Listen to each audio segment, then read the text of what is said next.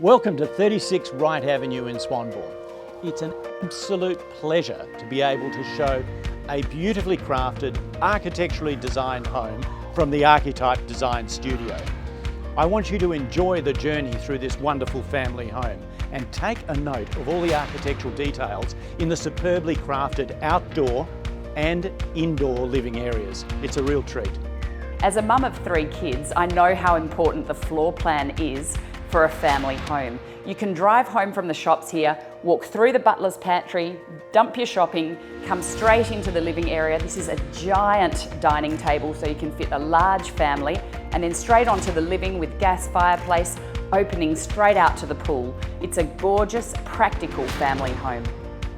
It's not often you'll find such a beautifully designed family home. Open to the northern light, great separation of living areas. It really has a beautiful feel. Look at the location, on the shores of Lake Claremont, over the road from the Scotch playing fields. It really doesn't get much better than this, Kate. That's what my family really loves about this area. The kids can get out and run on the playing fields. It's open to everyone. You can take your dog for a walk around Lake Claremont. It's a beautiful central spot, close to everything. So make the right decision. Get down to 36 Wright Avenue in Swanbourne and make it your new home.